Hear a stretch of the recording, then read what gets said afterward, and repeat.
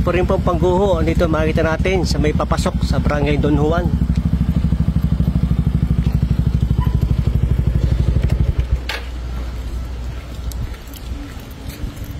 Ito po mga kapotpot, makikita ninyo. Isang malaking pangguho.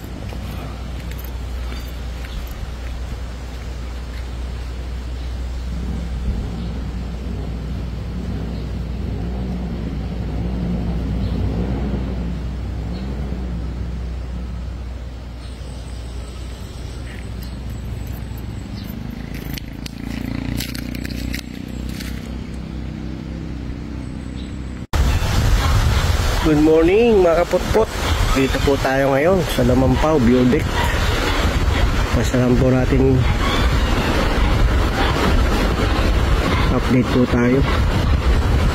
Ito po ngayon ang sitwasyon dito sa may Imelda's Garden. Medyo malaki talaga po ang pinsala.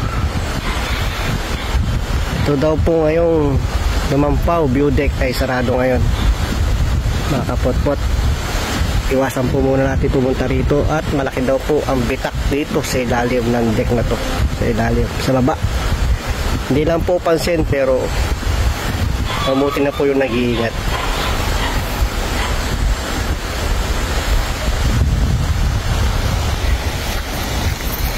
Puntahan po tayo sa unang stasyon dito.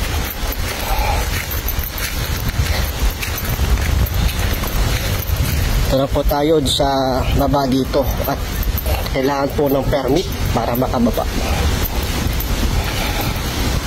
Buti pinayagan po tayo ni nanay makababa kahit saglit lang.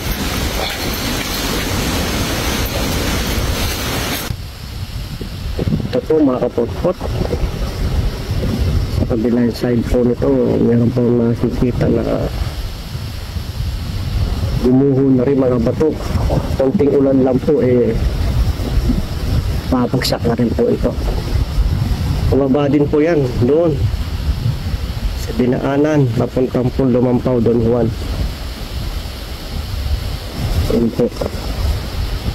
Pero tingin ko naman po ay malayo-layo ito.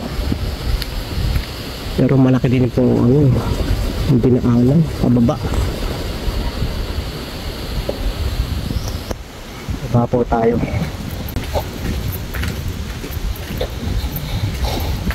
Hindi po tayo ngayon makakapagpalipad ng drone at medyo kita nyo naman po malakas ang hangin.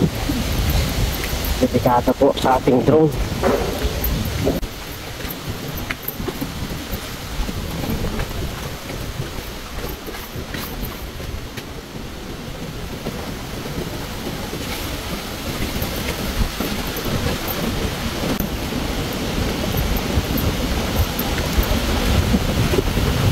Ito po mga kapotpot, lakas po ng hangin dito sa ibabaw ng Lumampao.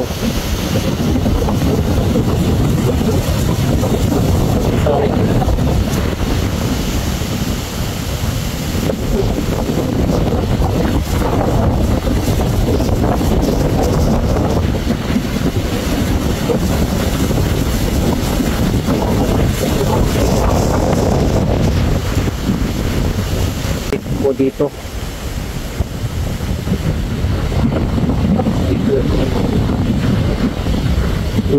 hindi na kung ano makikita nito.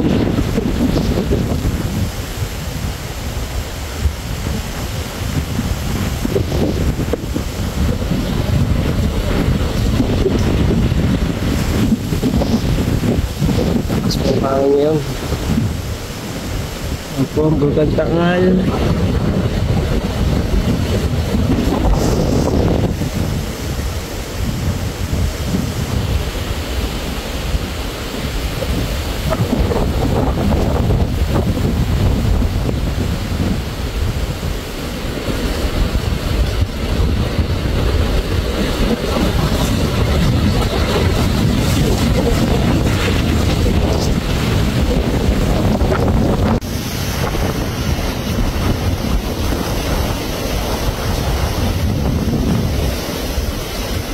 laki talaga po ng pinsala.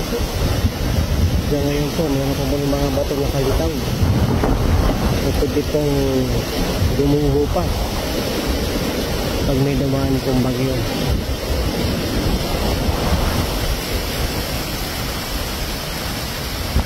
Mount Makulot.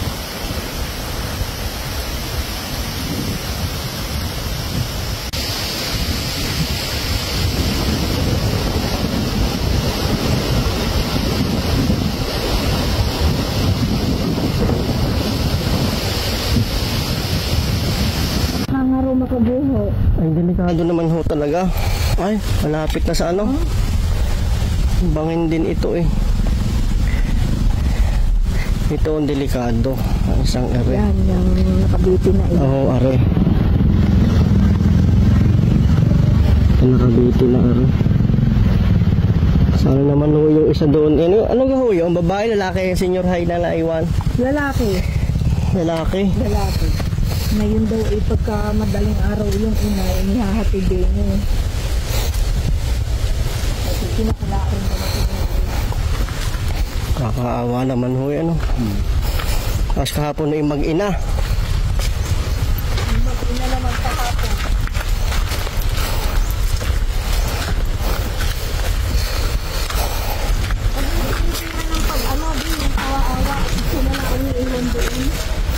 Mga taga Sanggaw ang nag-rescue ngayon. Mga taga Maka. So ulitin po ulit mga kapotpot. Para sa part 2 update ng Don Juan.